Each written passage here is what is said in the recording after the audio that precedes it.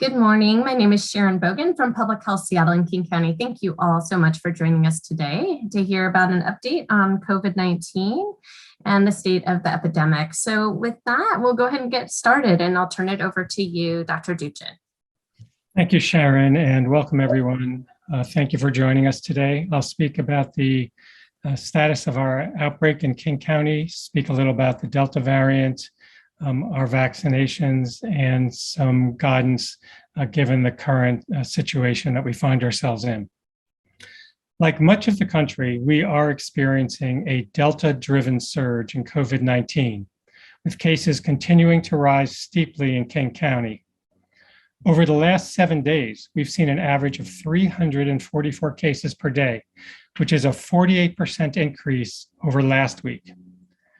Our official 7-day incidence rate from July 27th is 83 per 100,000, which is in the CDC's substantial transmission category. But we project that on July 31st, our rate will be 107 per 100,000 or higher, which is up fivefold from 19 per 100,000 on June 29th, and will place us in the CDC high transmission category. This is approximately twice as many cases as we saw at our peak last summer. And as I'll talk about more later in the briefing, most of these cases are among the unvaccinated. Cases are increasing in all age groups, but the greatest rise is in young people and adults 18 to 49 years of age.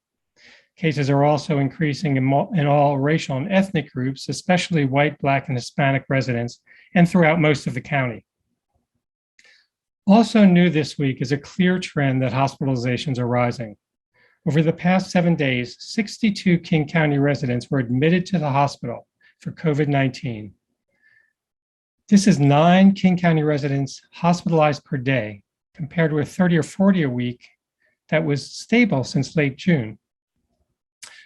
Most recent hospitalization rates have almost tripled to 2.8 per 100,000 per 7 days on July 31st, from 1 per 100,000 per 7 days on July 7th. And this represents 1 King County resident hospitalized every 2.5 hours, 24/7. Over 1/2 of our hospitalizations are in 40 to 69-year-olds, but rates are rising in the 25 to 35-year-old and 35 to 49-year-old groups as well. The average age of hospitalized patients has dropped by about 10 years since January 2021, as more older adults have been vaccinated and with changing social behaviors among the younger population. I want to just remind everyone also that our COVID hospitalization rates lag a few weeks behind increases in cases and would be expected to continue to rise for a few weeks after cases start to fall. Now, our current hospitalization levels are still only 1/4 of our fall winter peak and 1/2 of the spring peak. And we continue to report a low number of deaths, less than 1 per day on average since mid-July, which is down an average of 10 deaths per day just before we initiated our vaccination program in December. And we heard earlier this week from our colleagues at Washington State Hospital Association and the University of Washington that our regional hospitals are full, and they're concerned about getting overwhelmed and increasing numbers of younger COVID-19 patients in the ICUs, and pleading with the public to take all possible actions not to get COVID-19. Now, I mentioned that most of our cases, hospitalizations, and deaths continue to be among unvaccinated people. For the 30-day period from June the 22nd through the 21st of July, 88% of COVID-related hospitalizations have not been fully vaccinated. 87% of COVID-related deaths are not fully vaccinated, and 75% of all cases are not fully vaccinated. During this time, compared to fully vaccinated residents, those who are not fully vaccinated were 5 times more likely to test positive for COVID-19, 11 times more likely to be hospitalized for COVID-19, and 11 times more likely to die due to COVID-19 related illness. And finally, among the almost 1.5 million fully vaccinated King County residents, less than 0.1% have had a positive test result for COVID-19 following vaccination. Less than 1/100th of 1% have been hospitalized for COVID-19, and about 1/1000th of 1% have died due to COVID-19. COVID-19 vaccines are continuing to provide high-level protection against hospitalization and death, but you need to get vaccinated for them to work. Now, about the Delta variant. 86% of sequenced cases in the most recent 14 days from King County are Delta variants, up from 78% last week.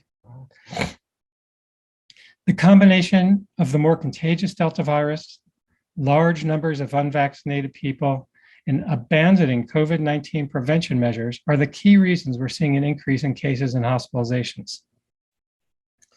However, relatively high-level vaccination coverage in King County, especially among our older adults, with 88% of adults over 50 years of age fully vaccinated, is providing a strong defense against what too many people in states across the US, and especially in southern states, are experiencing, with explosive outbreaks, overloaded emergency rooms and intensive care units, and stressed healthcare systems. Some states in the southern US with lower vaccination coverage have hospitalization rates that are 5 to 10 times higher than what we are currently seeing, and death rates 10 to 30 times higher. Thanks largely to COVID-19 vaccines, the hospitalization rate in King County, although rising and concerning, is currently the 4th lowest rate when compared to all US states. And we have the 2nd lowest current death rate compared to other states. But we do have enough unvaccinated people to sustain a Delta surge that will cause serious preventable infections, hospitalizations, and deaths. So it's important to know that if you're exposed to COVID-19 in King County right now, you're likely exposed to the Delta variant. And this virus is significantly nastier than previous COVID-19 viruses, and it's challenging us in new ways that we were not wanting to deal with this summer. Infected people have higher amounts of virus in their bodies. They're more contagious and more contagious for a longer time. And recent reports conclude that Delta is also more likely to lead to hospitalizations and ICU admissions than previous variants, although that still is under study. In infected people, the Delta virus grows to levels 1,000 times higher than previous COVID-19 viruses. And all that virus is exhaled into the air where other people can breathe it in. With Delta, people are contagious more quickly after exposure and for longer periods. Delta spreads easily through the air before you even know you're infected, beginning 1 to 2 days before the first symptoms.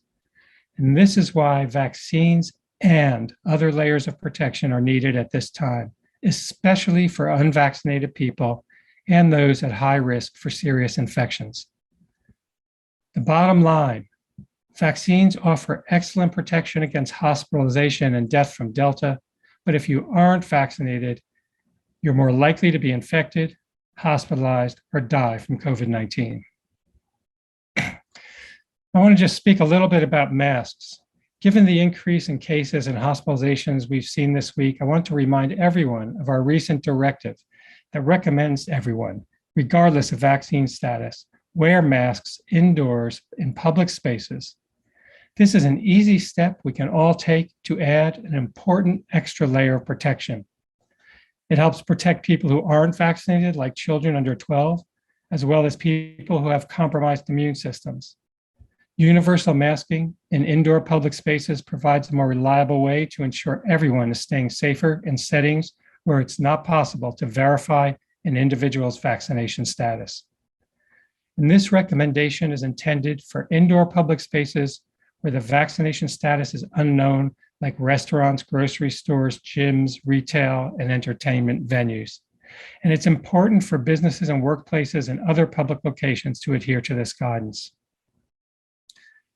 I also want to take a few minutes to remind people about other COVID-19 risk and prevention measures, because COVID-19 is so widespread and increasing locally and throughout the US right now. And I know many of us will be traveling this summer.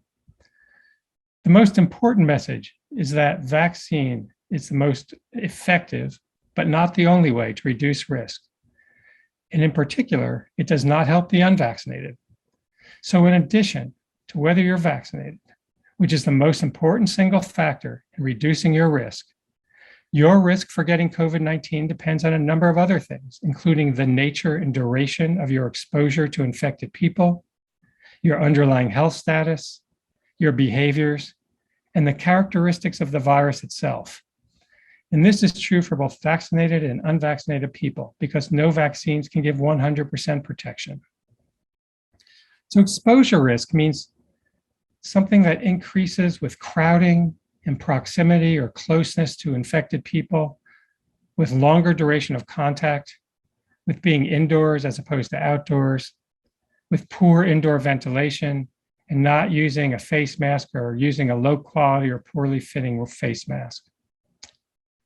Underlying health conditions also affect risk, especially severe immunocompromise, but certain other conditions and older age also. Behaviors that can increase risk include loud talking, shouting, singing, aerobic exercise in close or prolonged contact. And COVID-19 variants that are more contagious or cause more severe illness or evade protection from vaccines can also increase our risk. And here is something that's very important. Risk is additive. The risks you take add up. The more often someone does things that increase their risk, the more likely they will be to be infected. To lower your risk of COVID-19, do fewer risky things. Taking more risks increases the chances of getting COVID-19, including severe COVID-19, primarily for the unvaccinated, but also to a much lower, but not 0 degree, for the vaccinated too. Recently, locally and across the country, COVID-19 prevention measures were lifted, and vaccinated and unvaccinated people are doing lots of things together, often in close contact, indoors, and without taking adequate, or sometimes without taking any precautions. The Delta variant has compounded the all-around risk of our situation for everyone. So what does this mean? Vaccines remain the best way to reduce your risk for COVID-19, including severe COVID-19, but are not 100% protection. No vaccine is. Multiple layers, multiple strategies for protection can reduce the risk for both unvaccinated and vaccinated people where COVID-19 rates are rising or high. In addition to getting vaccinated, this is a good time to remember the other strategies to reduce the risk of COVID-19, including wearing a well-made, well-fitting respirator or face mask, ensuring adequate indoor ventilation and air quality, physical distancing and avoiding crowding, and minimizing high-risk exposures, settings, and behaviors. These COVID-19 prevention strategies are most important for unvaccinated people, but even vaccinated people, especially in a high-risk group for severe COVID-19 or who are a close contact of a high-risk person, should also take steps to further reduce their risk based on the local COVID-19 rates where you live or travel, your personal situation, and how much risk you are comfortable with. I want to say again a few words about breakthrough cases, which continue to be in the news. I want to reassure people that the main point here is that breakthrough cases do not mean vaccine failure. As more people are vaccinated, we hear about more COVID infections among vaccinated people, and that is normal and that is expected because no vaccines are 100% protective. We should expect to hear about more non-severe breakthrough cases as more people are vaccinated. COVID-19 vaccines are primarily intended for and valuable because they prevent serious infections, hospitalizations, and death. COVID-19 vaccines make it much less likely, but not impossible, that a person will catch and transmit COVID-19. Unfortunately, the Delta variant seems to increase the risk of vaccinated people developing less severe infections compared to earlier strains. And some of these cases can spread the infection to others. But COVID-19 vaccines continue to provide excellent protection from what is most important: serious infections, hospitalizations, and deaths. I'll provide you a quick update on our vaccination status for residents in King County. We have now achieved 70% coverage with one dose or more for all residents, and 65% of all residents have completed their vaccine series. If we look at just the 12 and older group, 81% have started their vaccination series, and 76%, over 3/4, have completed it. Over the last 7-day period, 10,400 King County residents received their first vaccination. Congratulations on making a good choice to protect yourself, your family, your friends, your loved ones, and your community. This is a 14% increase from our low point on July 20th, when 9,100 King County residents received their first vaccination. And this is great news because it represents a reversal in the recent trend of fewer people seeking vaccinations. And I hope this reversal is sustained. We've also topped 70% of people 16 years of older fully vaccinated in each major geographic region of the county, including Seattle with 78%, North region with 82%, South County with 70%, and Eastern King County at 86%. But we still have disparities among racial and ethnic groups that we need to close. Now, I want to let you know that we'll be posting some information later on our Public Health Insider website about recent outbreaks. People are doing more activities while taking fewer precautions, and several recent outbreaks have occurred in indoor workplaces and social events where both unvaccinated and vaccinated people are together, where ventilation was poor, and where people were not wearing masks. And these outbreaks that we'll be just posting information about this afternoon include an outbreak at a fitness center, an indoor music club, and a childcare center. And they illustrate important risk factors in common community settings and steps people can take to reduce their risk. And those are the steps that I've discussed with you just a few minutes ago. Now, with respect to COVID testing, I want to remind everyone that COVID testing is a vital strategy for limiting the spread of virus in our community, and that COVID testing guidance has recently been updated. So right now, anyone with signs or symptoms of COVID-19 should get tested as early as possible, whether you're vaccinated or not. And this means even mild symptoms. If you've been around someone who has a suspected or confirmed case of COVID-19, you should get tested 3 to 5 days after your exposure, even if you don't have symptoms. And if you test negative, continue to monitor your health for 14 days following the exposure. And if you develop symptoms, isolate yourself away from others and get retested. And if you test positive for COVID, as always, even if you have no symptoms or mild symptoms, and even if you're fully vaccinated, isolate yourself away from others for 10 days. At this point, I am welcoming your questions and look forward to a discussion. Thank you so much, Dr. Duchin. And for those who are attending from media, please use the raise your hand function and we'll answer your questions, and please include your media outlet. So let's get started. Kate Walters, you can go ahead and ask your question. Hi, Dr. Duchin, Kate Walters with KUOW Public Radio. Thank you, as always, for these briefings.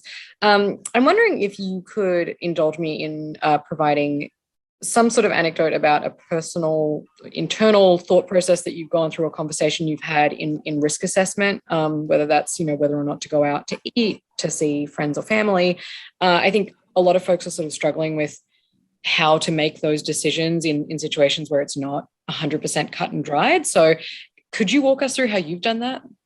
Well, thank you, Kate. You're absolutely right. It's not 100% cut and dry. It depends a lot on your individual health status, your risk tolerance, and what you're going to be doing, the level of risk that you might be exposed to. So, for example, I have not participated in indoor dining yet, and I'm going to at this point. I will dine outdoors where there's a well-ventilated and open space very happily and feel very safe in that environment. I, for many months, was unable to visit my 93-year-old mom who lives on the East Coast. And earlier this spring, I made the decision to fly. I felt that flying is a relatively high risk, or flying and travel is a relatively high risk activity because it brings you in contact with so many people, particularly getting to and from the airport, that people can take shuttle buses, public transportation, crowding may happen at the airport. And as I observed, many people at the airport did not wear their masks or did not wear them properly. They forgot that actually air can come in and out of their nose, so they only covered their mouth. Or some of them actually thought they breathed through their chins and only covered their chins. So I wore a very well-fitting N95 respirator that I got online from a company that is very reputable called Project N95. They're relatively inexpensive and comfortable.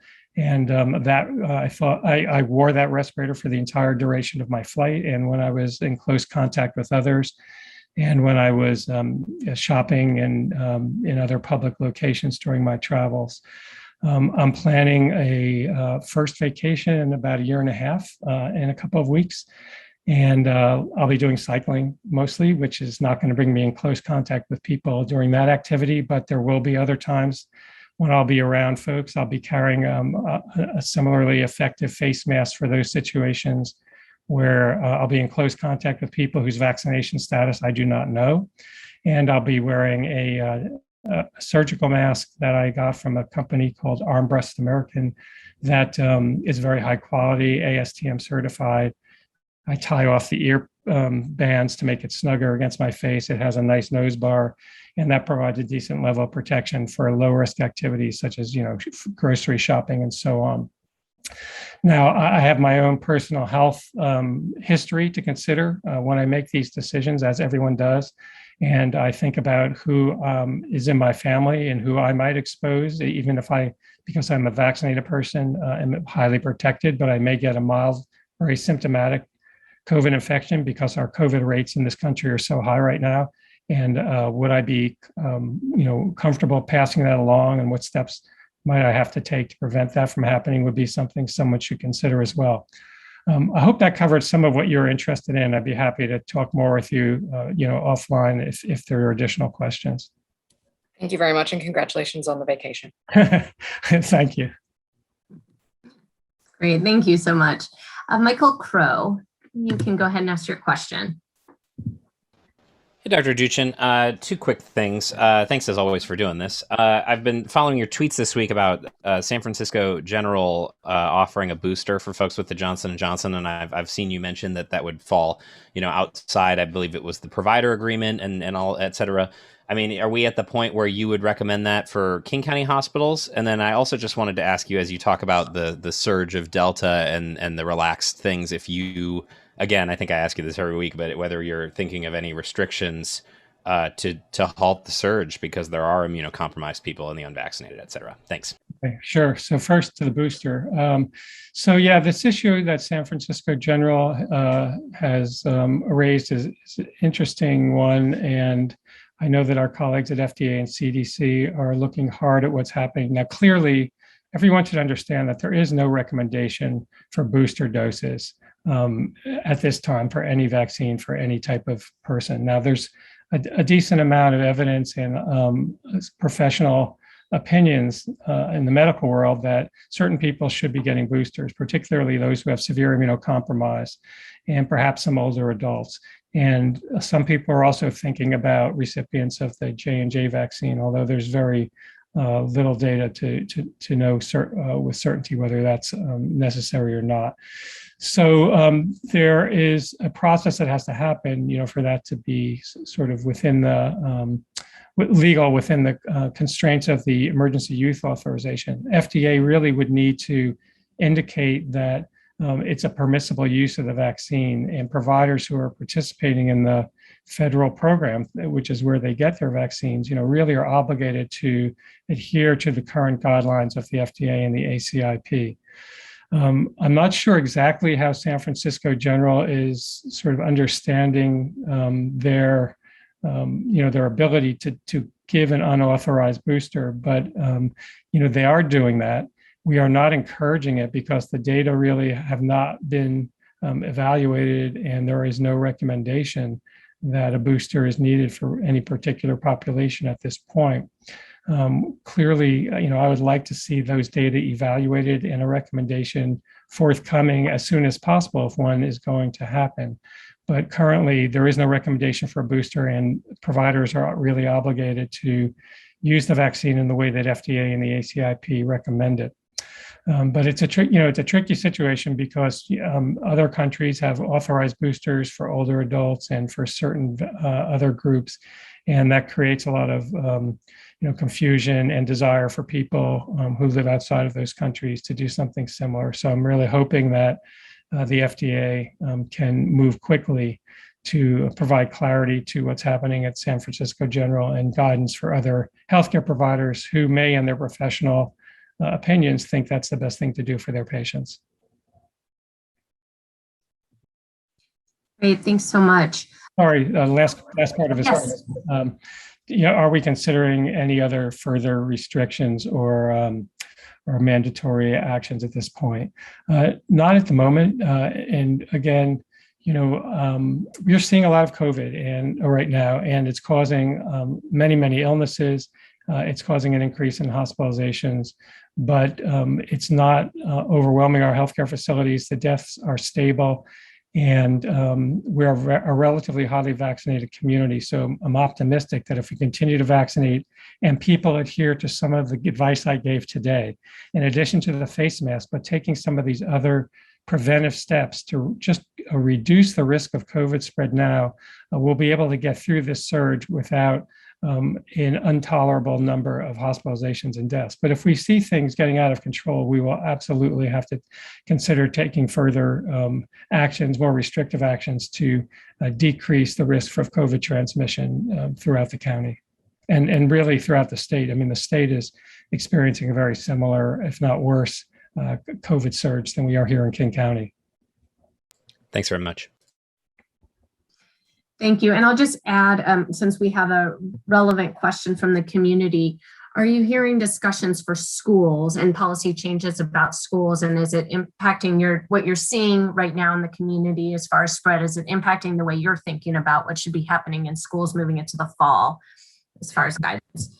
No, the guidance for schools has just came out from the Washington State Department of Health, and I really hope that, first of all, we understand how important it is for children to get back to school and the harms that have been done by kids missing school during the past year.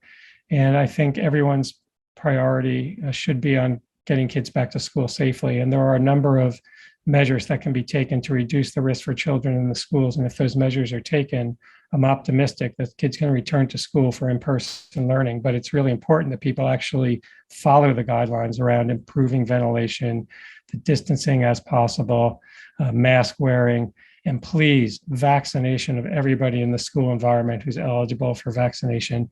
If we do all the things that we know are available to us, that are doable, the strategies that have been recommended, we will have kids going back to school in the fall. And, as with all aspects of this pandemic, there's no 100% certainty. There's no ability to predict the future.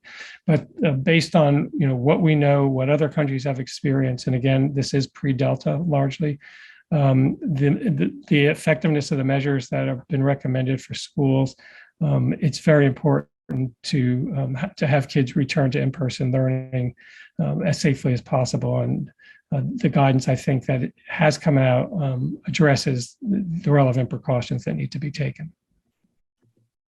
Excellent. Thanks so much. Mo Hader, you can go ahead with your question.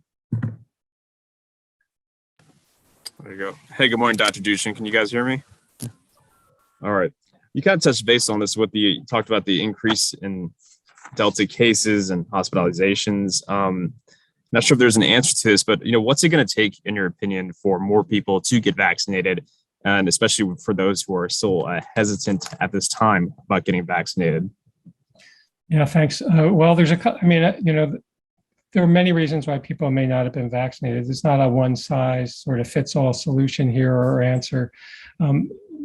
We know that vaccine mandates will motivate people, and you're seeing more and more healthcare and private businesses mandating vaccination to return to work, and that results in a very high level of uptake among their employees.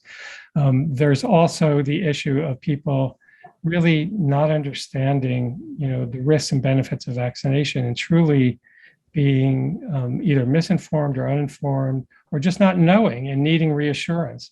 And so we are working very hard, in the communities that have people who are hesitant, seeking information on the fence, to provide them with information that they can use to make good health decisions. And of course, people are not stupid. People are smart. They know that when folks around them are getting sick and hospitalized, and young people are ending up in the intensive care unit with breathing tubes, that's not a good thing. And people will see that and want to protect themselves. I am convinced. And we're seeing this across the country, particularly in those areas that have very low immunization rates, where they're being devastated with hospitalizations and critically ill people. And you've seen all these stories of young and middle-aged adults who are anti-vaccine and against the vaccine, who are in the intensive care units and pleading with their friends and families now to get vaccinated because they were wrong.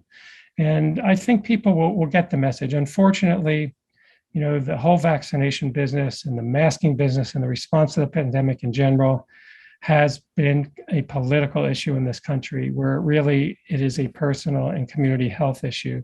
And I think we all share the common value of wanting to stay healthy. We all share the common value of wanting our friends, families, and loved ones to be healthy and our communities to be healthy. And I think once we can let go of the political baggage and the other ideological,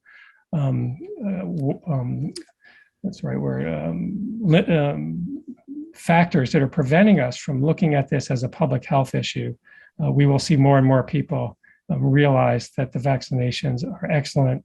They provide life-saving benefits and will get vaccinated. Thank you. Thank you. Olivia Palmer, you can go ahead. Can you hear me all right? Okay, great. Yeah, I'm Olivia Palmer with Westside Seattle, and I have a question about businesses reopening, specifically restaurants and bars. I know people have been starting to let their guards down, and it's a tricky balance to navigate, wanting to reopen, but also wanting to keep folks safe. And so my question is sort of twofold. For those who are fully vaccinated or in spaces where, either all or a majority of people are vaccinated, I'm wondering, what the risk of transmission is there and how that works. And then secondly, just looking toward the future, at what point will it be appropriate to start letting our guards down more? And how do we get to that point, whether it's through increased precautions or herd immunity or something else? Thank you for those questions, Olivia. Check out our Public Health Insider blog later this afternoon. There will be one or two outbreak scenarios that speak directly to your question. But the point is that we have a lot of COVID circulating, that this Delta variant is a new virus. It's a whole new ballgame. It's much more contagious, spreads more readily. It's airborne. People just need to understand this is an airborne virus. It floats around in the air, and it floats around in very high quantity compared to the previous viruses. So when you're in an environment with a lot of people and there's not a lot of ventilation, even if most of those people or all of them are vaccinated, there is some risk, but the risk is lower for people who are vaccinated, and the more people who are vaccinated in that space would be a lower risk. But you need to sort of understand individually, how much risk are you willing to assume? How important is it for you to go into a crowded bar where you don't know everyone's vaccination status, where you'll be in close proximity, where there may be poor ventilation, and make your own risk assessment at that point.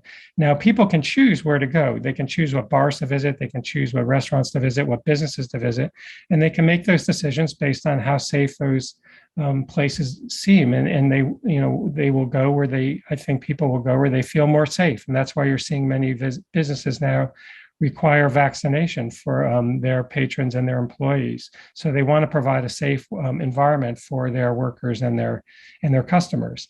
And businesses will be taking other steps to improve the safety of their environment, such as improving the air quality and ventilation, and providing, if necessary, provisions for increasing distancing among people who may not be wearing masks, and so on. So, you can choose where to go based on, the safety of the environment. But I think everyone needs to understand now, anytime you gather indoors with people whose vaccination status is unknown, there will be a risk for COVID transmission.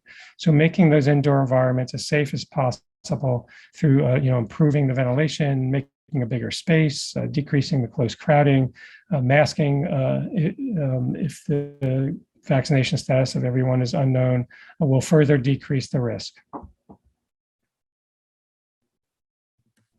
Great, thanks so much. And let me give you another question from the community. Somebody's asking for some recommendation about whether employers should require testing, COVID-19 testing for employees who go on vacation and come back. What's your thoughts on that? Well, I think it's a good idea for people who go on vacation to come back to test themselves. I'm just assuming that when you go on vacation, you're going to be exposed to other people who are unvaccinated, and you'll have lots of interactions and lots of opportunities to acquire COVID. So, there's very little to lose by testing yourself, and you may find that you have an infection before you become ill, and that will prevent you from spreading it to others. I think businesses have the right to do that. I think businesses have the right to also require their employees to be vaccinated. And if someone has a medical reason why they can't be vaccinated, testing, for example, frequently is a reasonable option to accommodate that person in the workplace if that's necessary, if they can't work from home, for example, to protect the other workers. For your question about whether businesses should require testing, it really depends on the specifics of that business, the risk, what the worker does, the type of contact they have, whether they're vaccinated, and so on. But I will just say that testing is a reasonable and important strategy to supplement vaccination where not everyone can be vaccinated, or where people are not eligible for vaccination, for example. Great, that's helpful. Thank you so much. Let's take a question from David O'Bells, and I may have pronounced your last name wrong, so please let us know. And David, you can go ahead with your question. There we go. Apologies, I was muted. You actually got my name perfectly. Dr. Duchin, thank you so much for your service. Hospitalized COVID patients remain relatively low, as you noted, but there's very little capacity in acute care and ICU beds countywide due to a significant surge of just general care that's going on. If hospitalizations spike, are there contingency plans being considered and ready to implement? Are there any plans to stop elective surgical procedures at this time, or have any hospitals announced they're stopping? Thank you. Thank you again. Thank you. That's a very important question. I have tried to continually engage with our wonderful Northwest Healthcare Response Network and our regional hospitals around COVID preparedness, and they have been incredibly responsive and proactive. We have an excellent hospital community. They certainly have good policies, procedures, and contingency plans in place based on the initial COVID-19 surge, and they all know how and when to trigger reductions in services to free up beds and staff and space. We're not there yet, but as you said, the hospitals are very busy, not just with an increasing number of COVID patients, but with many other types of illnesses, some of which are because people deferred care during the COVID outbreak, and others are unrelated to COVID, just unrelated increases in hospitalizations for other things. One of the major challenges that hospitals are facing and that we're trying to help them address is the inability to discharge patients who are no longer needing hospital care, but can't find a bed in the community, either in a long-term care facility or other sort of supportive care environment. And this is a very important problem for our entire healthcare system statewide that I'm hoping we can solve as quickly as possible, which will free up a significant amount of hospital space. So we're really wanting all hands on deck, so to speak, to try and understand how to address that problem. But to specifically answer your question, yes, our hospitals do have contingency plans in place for freeing up beds, staff and space. Canceling elective surgeries is part of that, but is not something that happens early on. That's something that happens later after other strategies are used. And there is no plan to do that at the current time. Thank you. And question from Nicole Jennings. Go ahead.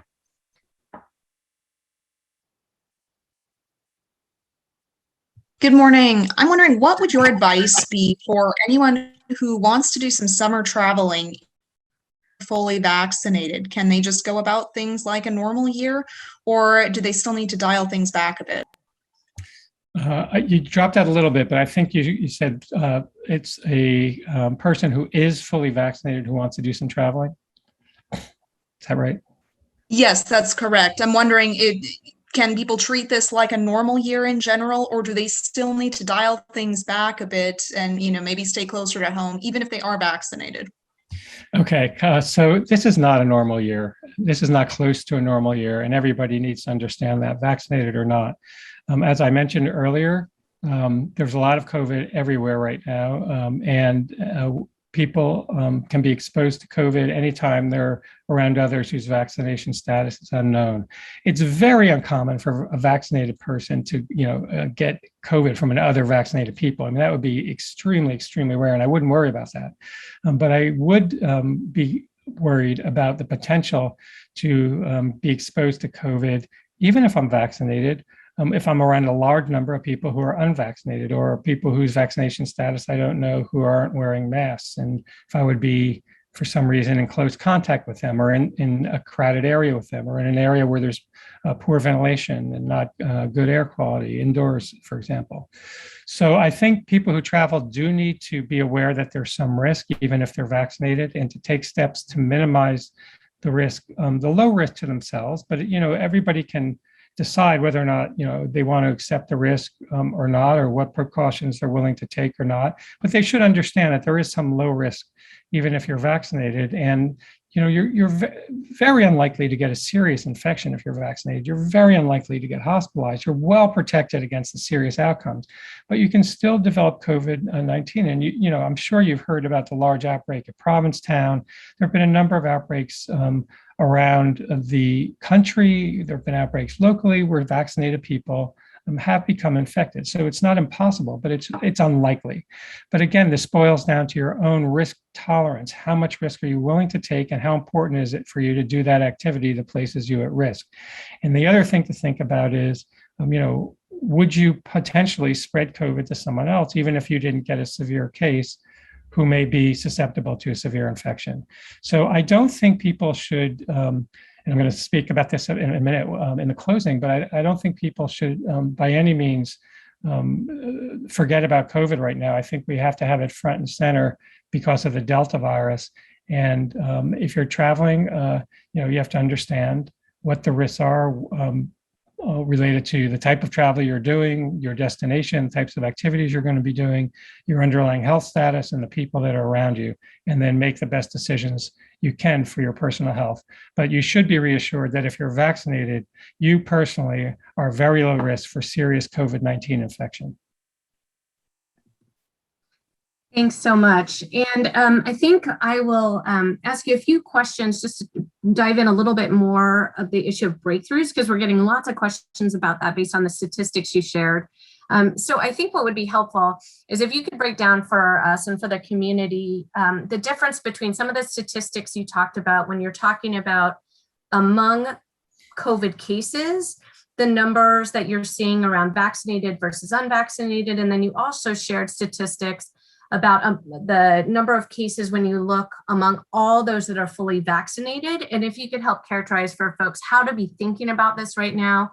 There's also some questions about the fact that wondering where we're getting the data on that, given there's some conversation that CDC isn't tracking breakthrough cases, may only be tracking hospitalizations and deaths. So if you could explain a little bit more about where we're getting our data around that, that'll be helpful.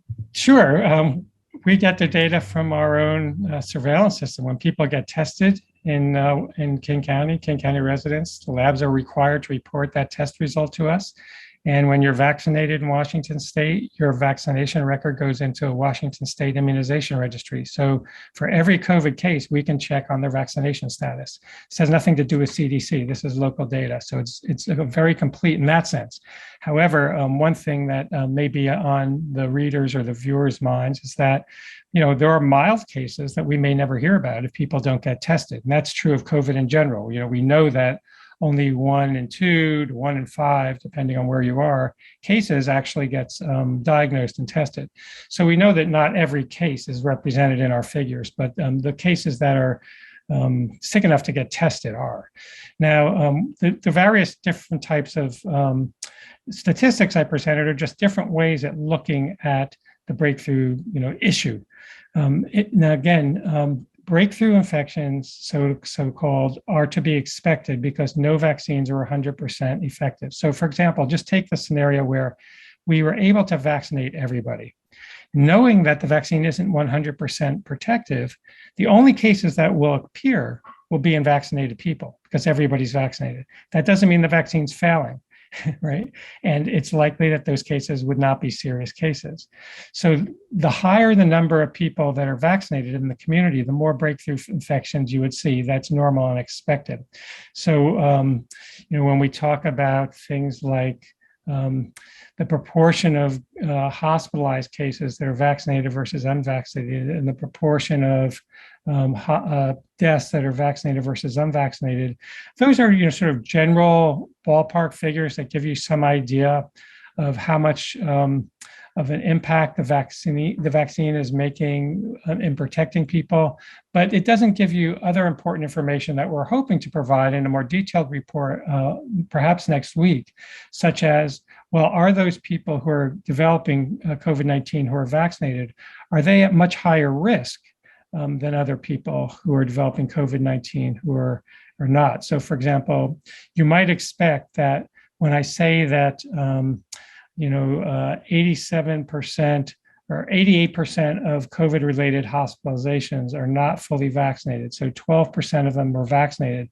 Are those 12% perhaps people who have underlying immunocompromise and didn't respond well to the vaccine? Or are they nursing home residents who are of advanced age with underlying health issues? Or are they young, healthy people, which would be very unlikely? We're going to be looking at that in much more detail to give you a better picture of exactly what is happening with respect to breakthrough cases. But in general, we can say that the vast majority of people who are getting hospitalized right now have not been vaccinated. And that's sort of the bottom line for those proportions. Now, the other number, and the other number I think that's really important are the risk, the relative risk. How much more likely are you to become hospitalized or die if you've been vaccinated versus unvaccinated? And that looks at the number of people among all those who have either been vaccinated or not vaccinated who have that health outcome. So right now, you're 11 times more likely to be hospitalized or die from COVID if you're unvaccinated. So that just gives you a level of the relative risk, but not the absolute number of people who are being hospitalized and die. And then finally, the larger statistic, again, is just a general number to give you some ballpark feeling for how many breakthrough cases have occurred among those. They're not even breakthrough cases, they're just cases have occurred among those who have been vaccinated. So among the 1.5 million people almost who've been fully vaccinated, only 0.01% have been hospitalized. Now, these aren't strictly speaking breakthrough cases because in order to be a breakthrough case, you actually have to be exposed to COVID-19. So this is the thing, that's a little bit hard to understand about these numbers where you hear one less than 1% and so on.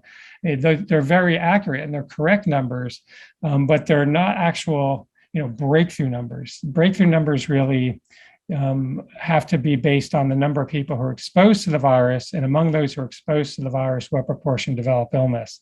These larger numbers, these summary statistics really are just another way of looking at the volume of people who have been vaccinated and the volume of people who then have developed COVID-19. So it is a bit of a complicated issue. I can see why it's hard for folks to understand, but the bottom line is no matter how you look at it, vaccinated people are at much, much lower risk for hospitalization and death, and lower risk, significantly lower risk for getting any type of COVID-19 compared to those who are unvaccinated. Thank you so much for breaking that down for us, Dr. Duchin. This is why we need amazing epidemiologists and public health professionals to help us understand. So very much appreciate that. And we put both in Facebook and also here in the media chat some slides that help describe this. And if you do have questions, we know it's complicated, feel free to reach out and we will do our best to help provide you with accurate information. We know it's a particularly complex time in the outbreak. So thank you very much for that, Dr. Duchin. Let me turn it back over to you for any final comments. All right, thanks, Sharon. Again, thanks for everyone taking the time to join us. I know this is just such a marathon. We've been at this for so long, and really this pandemic is continuing to challenge us in ways that we haven't even imagined, and we should continue to expect additional challenges and uncertainties with respect to other new variants, perhaps in other aspects of our prevention measures, duration of protection, and so on. So much uncertainty will persist, and we should expect that. But over time, as more people are vaccinated, the overall pandemic threat will recede. People need to understand that there will be an end to the COVID-19 pandemic. It's not going to be immediately, unfortunately. We're going to have bumps in the road. There are going to be progress and setbacks, but this pandemic will eventually recede and be controlled. But for now, our outbreak continues to evolve, and our understanding is evolving, and our actions need to evolve as well to reflect the reality of our pandemic. Delta denial is dangerous. I know that no one wanted to be grappling with a more contagious COVID-19 variant this summer. I certainly did not. And we have multiple effective ways to reduce the risk for all, while we continue to be able to do the things we want and need to do more safely. And that's largely because of the high vaccination coverage we have here, relatively speaking. But at this time, vaccination alone is not enough because not everyone can be vaccinated. We need to continue to use all the tools available to us. So I encourage everyone who is eligible to be vaccinated now to wear a well-made and well-fitting face mask or respirator when in indoor public spaces, and take other COVID-19 prevention steps as needed to reduce your risk during this Delta-driven surge. Over time, both this current surge and the overall pandemic will recede, and along with all of you, I am looking very much forward to that day. So thanks again for joining us, and I look forward to speaking with you again in a couple of weeks. Thank you very much, and thanks for joining us.